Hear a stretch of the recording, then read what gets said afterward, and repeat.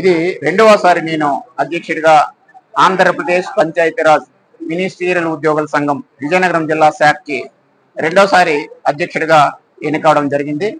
ఈ కార్యవర్గం అయితే జిల్లాలో ఉండే ఉమ్మడి విజయనగరం జిల్లాలో ఉండే అనేక మంది సభ్యులు ఏకగ్రీవంగా ఎన్నుకోవడం జరిగింది. ఈ ఎన్నికకు విజయనగరం నలుమూలల నుంచి మా ఉద్యోగులు హాజరయ్యారు. హాజరై ఎన్నికైన ఈ 16 మందిని కూడా ఏ ఒక్కరు కూడా వ్యతిరేకించకుండా అందరూ ఏకాభిప్రాయంతో ఎన్నుకోవడం జరిగింది. ఈ ఎన్నిక సజావుగా సాగడానికి మా యొక్క విజయనగరం జిల్లా ఉద్యోగులందరూ కూడా సహకరించారు. అందరికీ పేరు పేరున మీ మీడియా తరఫున ధన్యవాదాలు తెలియజేస్తున్నాం. మా సమస్యలు అయితే చాలా దీర్ఘకాలమైన సమస్యలు ఉన్నాయి. ఆ సమస్యను పరిష్కరించడానికి దశల వారీగా మేము ఒక ప్రణాళికని ఈ యొక్క 10-15 రోజుల్లో ఏర్పాటు చేసుకుంటాం.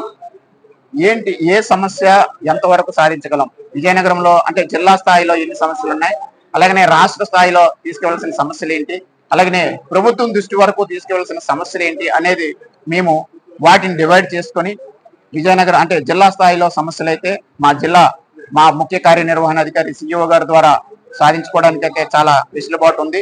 అలాగనే మా కమిషనర్ పంచాయతీరాజ్ కమిషనర్ గారి ద్వారా కొన్ని సమస్యలు సాధించవలసిన అవసరం ఉంది. అలాగనే ప్రభుత్వం దృష్టికి కూడా చాలా సమస్యలు దీర్ఘకాలికమైన సమస్యలు ఉన్నాయి. మొదటగా రికార్డ్ అసిస్టెంట్లని జూనియర్ అసిస్టెంట్లుగా అప్గ్రేడేషన్ చేయవలసిన సమస్య అది. 26 సంవత్సరాల నుంచి మేము అదే సమస్యతో పోరాడుతున్నాం. దాన్ని ఈ టెన్యూర్లో ఈ 3 సంవత్సరాల టెన్యూర్లో ముందుకు తీసుకెళ్లాలనేది మా ఆలోచన. అలాగనే రెండవది చూసినట్లయితే మా పరిపాలనా అధికారుల యొక్క ప్రమోషన్ కోట అంటే ఎంపీడీఓగా ప్రమోషన్ పొందుతారు వారి యొక్క కోట 34% మాత్రమే ఉంది. మేముండే క్యాడర్ స్ట్రెంత్ 774 మంది, డిప్యూటీ ఎంపీడీఓలు అయితే 600 మంది. 600 ఉన్న మందికి వారేమో 54% ఇచ్చారు. మేమైతే 784 మంది ఉంటే మాకు 34% మాత్రమే కోట ఇవ్వడం జరిగింది. ఆ కోటాని తక్షణమే 50%కి పెంచవలసిన అవసరం ఉంది. దానిపైన కూడా మేము రాష్ట్ర స్థాయిలో కార్యాచరణ రూపొందించి పూర్తి స్థాయిలో దాని మీద దృష్టి పెట్టి ప్రభుత్వ దృష్టికి తీసుకెళ్తామని మీ ద్వారా ప్రభుత్వానికి మనవి చేస్తున్నాం, అలాగనే డిమాండ్ చేస్తున్నాం. సమస్యలు చాలా ఉన్నాయండి.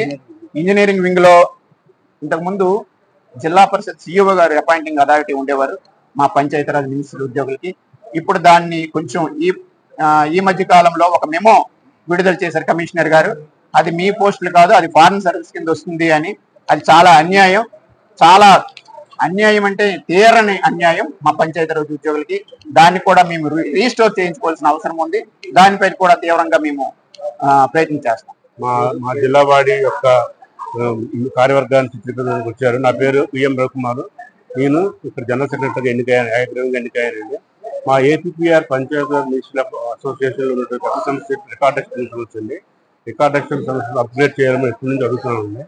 అది సమస్య కొంత కార్యరూపం దాల్చింది. అది ఇంకా ఇప్పుడు కార్యరూపం దాల్చడం కోసం నా వంతు ప్రయత్నం చేస్తాను. అలాగే ఇప్పుడు లేటెస్ట్ గా పిఆర్ సంస్కరణలో భాగంగా ఒక జియో 35 తెచ్చారండి. ఆ జియో 35 వల్ల మా జట్టులో పనిచేస్తున్న ఏఓలకి అలాగే మండలాల్లో పనిచేస్తున్న ఏఓలకి అన్యాయం జరుగుతుందండి. అది ఆ కోటా అనేది వేకెన్సీలో కోటా ఇచ్చారు, కానీ మాకు సబ్స్టాంటివ్ పోస్ట్ లో కోటా ఇవ్వమని అడుగుతున్నామండి. అలాగే మాకు కామన్ గా డిమాండ్ డిఏలు, ఐఆర్లు, పిఆర్సీలు కూడా ఇవ్వాల్సి ఉంది. నెక్స్ట్ ఏంటంటే మెయిన్ సిపిఎస్ ఉద్యోగులు. సిపిఎస్ ఉద్యోగులు కన్ఫర్మేషన్ ఉంది కదా, అది మేము కొంత వేస్తున్నామండి మేము శాలరీలోని. అది మిగిలిన కూడా గవర్నమెంట్ కలిపి దాన్ని పే చేయవలసి ఉంది. అది కూడా దాంట్లో కూడా అన్యాయం జరుగుతుంది. ఇంతవరకు పేమెంట్స్ లేవు.